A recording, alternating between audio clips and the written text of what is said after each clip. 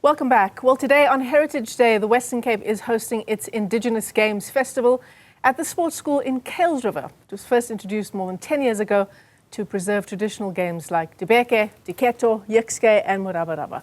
These games are part of South Africa's cultural heritage, teaching skills like teamwork, strategy and leadership, and jumping.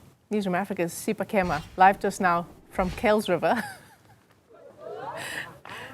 I feel breathless on her behalf. Well, Michelle, these games, I can tell you this, these games are taking me back to back in the days, reminding me of the time at my grandmother's house where I would come from boarding school, rushing home, all to participate in these games that are played by all the other children in the neighborhood. And I'll tell you, it's reminding me how much fun it is. Now, I just want to bring in one of the team captain, actually. So, Michelle, this is called uqaphu in isiXhosa, but it's become known now as khati, and it's played across the country. Now, here from Khayelitsha, Iqange, they are defending champs of khati here in the Western Cape. Thank you so much for talking to us on Newzroom Afrika. Tell us about participating in these games, Indigenous games. What made you guys think of, being part of this? Normally everyone goes to play sport, netball, soccer, but you guys are, doing Indigenous games. Right, so this is Abenati Ntelezi, all the way from Khayelitsha. I am the founder, the coach, and the director of Iqange Khati Club. So, I started the club in 2020. Actually, the vision came about in 2020, but we started being active in 2023. Right, so what we are doing, we are busking, doing special events, and obviously we are under the umbrella of Indigenous Games. So, we are here now for event, which is the Western Cape Indigenous Games Festival, which takes place annually. We are having it here at Kuils River Sports School, and the reason why we then decided to be part of this amazing event, it is because Indigenous Games, I think as we all know, it's not regarded as mainstream sports. And I think it is now developing and going that way. So we are trying by all means to create awareness to people. It's all about imveli yethu sisi. So sizama ukubuyisa yonke lonto ukwenza sure that izithethe zethu namasiko singabantu besintu asizishiyi. So that's why we are part of this amazing event. Now, kwi-group yenu ndiyanibona bakhona abantu abancinci, you've got young people, but you've got that group of young people that currently is stuck on their iPads, YouTube. Tina, it was us and the outside and playing these games. Now, tell us about trying to involve abantwana abancinci in these games. All right. So, esport, as we all know that, siqala at the grassroots level. So that is what we are trying to create and to ensure that abantwana sibasuse ezitratweni by recruiting them to Indigenous Games. So as you can see, kwiteam yethu we've got 2 age groups. We've got juniors and our senior players. And the youngest player in the team is 7 years old. So sizama ke uku-instilla la sense of umntana akhule ezazi. Akhule eyazi uba mandulo phaya zi-games ezazidlalwa kwaye zisekhona. Siyabona ngoku i-technology is taking over the space, and we can't run away from that. But we as people, abantu besintu, we also need to match the energy by ensuring that as games ziyaziwa kwaye ziqala phaya ezincambini ebantwaneni abancinci. Thank you so much, Ivanati.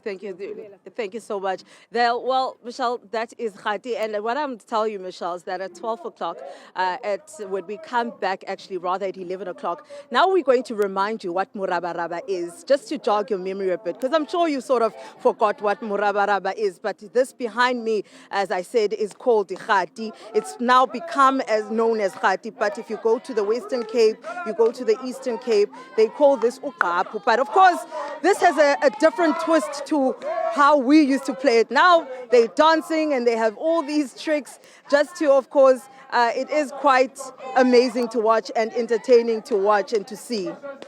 Sipha, to have the knees of a 12-year-old, good grief.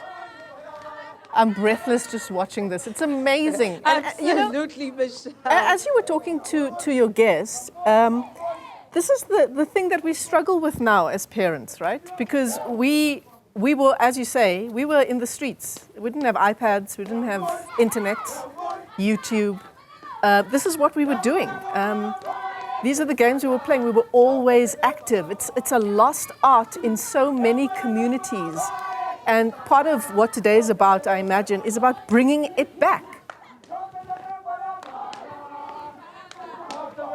Absolutely, Michelle. But sadly, you know, we live also in different times than the ones that we would say we grew up in, because we were able to play safely outside on the streets until the street lights came on. We were able to participate in these games. Now you go into various neighborhoods, townships, and you find that children cannot be children. Most children, like the stories that we have been reporting from the Cape Flats this week, where children have become prisoners in their own home. Children are now locked away because of the high rate of crime. They can barely kick a ball outside. Now imagine how much more in learning and keeping these indigenous games going, because they have to be indoors. But now it's all about streaming. It's all about watching what's happening online. But as parents, it's our responsibility to remind our children about how fun it is, of course, to bring it outside, to play outside. And I mean, some of us, we weren't even playing out on the streets, but playing in your yard if you've got enough space. If it's a tight squeeze, it's a tight squeeze. As we'll show you some of these games, Michelle, that children are able to play in a small backyard and to participate as a group, but also building friendship. That's how we build friendships as well, is through these games. Now, bringing back these indigenous games, but also on a serious level where they get to play in tournaments, play in games, and participate in competitions to not just only raise awareness, but also to keep these games alive and going. You're absolutely right, Sipha. And it's ironic, isn't it, that this festival, this Games Festival, is taking place in the Western Cape and on the Cape Flats. You know, areas that are so rife with gang violence. Children walking down the street, never mind playing in the street, caught in the crossfire of gang violence. This is not how I imagine jump rope, Sipha. This is extreme jump rope. Well, I can tell you, it is extreme jump rope with the new added twists and modern twists that they've added with the dancers. But however, if you take it back, Michelle, back then there were also different styles that were done for that particular era. But the bottom line was that you're jumping rope, having fun while you're jumping rope, together with your friends, with your neighbors, with your families. And that's what this game is all about. And most of these games, even though some of them, like your Murabaraba, like your drafts game, if it's about individuals, but also it's about playing together in harmony. That's what's important here. But of course, different scenes that we're seeing here of this jumping rope, extreme jump rope, if you'd like. Okay, Sipha, finish up in the Western Cape. Come on over to Gauteng. You and I will remind ourselves about what it's like to jump rope. Sipha Kema is live to us there in Kuils River in Cape Town. What absolute stars.